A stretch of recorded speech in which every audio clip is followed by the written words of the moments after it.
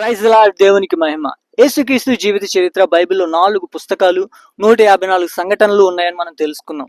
అందులో మొదటి సంఘటన లేకపోతే మొదటి అంశం ఏంటంటే యేసుక్రీస్తు జీవిత చరిత్రకు పరిచయం. ఈ పరిచయం బైబిల్లో లూకా సువార్త 1వ అధ్యాయము మొదటి 4 వచనాలు, యోహాను సువార్త 1వ అధ్యాయం మొదటి 18 వచనాల్లో మనకు కనిపిస్తుంది. ఒక వ్యక్తిని మనం మీటింగ్ కి చీఫ్ గెస్ట్ గా పిలిచినప్పుడు అతన్ని నేరుగా స్టేజ్ మీదకి పిలవకుండా ఒక చిన్న ఇంట్రడక్షన్ ఇస్తాం, ఒక చిన్న పరిచయాన్ని ఇస్తాం. ఒక వ్యక్తికి అవార్డు వచ్చినప్పుడు అతని చేతికి నేరుగా అవార్డు ఇవ్వకుండా ఒక చిన్న పరిచయాన్ని ఇచ్చి అతని గురించి ఒక చిన్న ఇంట్రడక్షన్ ఇచ్చి అతని చేతికి అవార్డు ఇస్తాం. అలాగే ఒక వ్యక్తి జీవితాన్ని మనం తెలుసుకుంటున్నప్పుడు, మనం చదువుతూ ఉన్నప్పుడు అతని గురించి కనీసం ఒక పేజీ అయినా ఒక చిన్న ఇంట్రడక్షన్, ఒక చిన్న పరిచయం ఉంటుంది.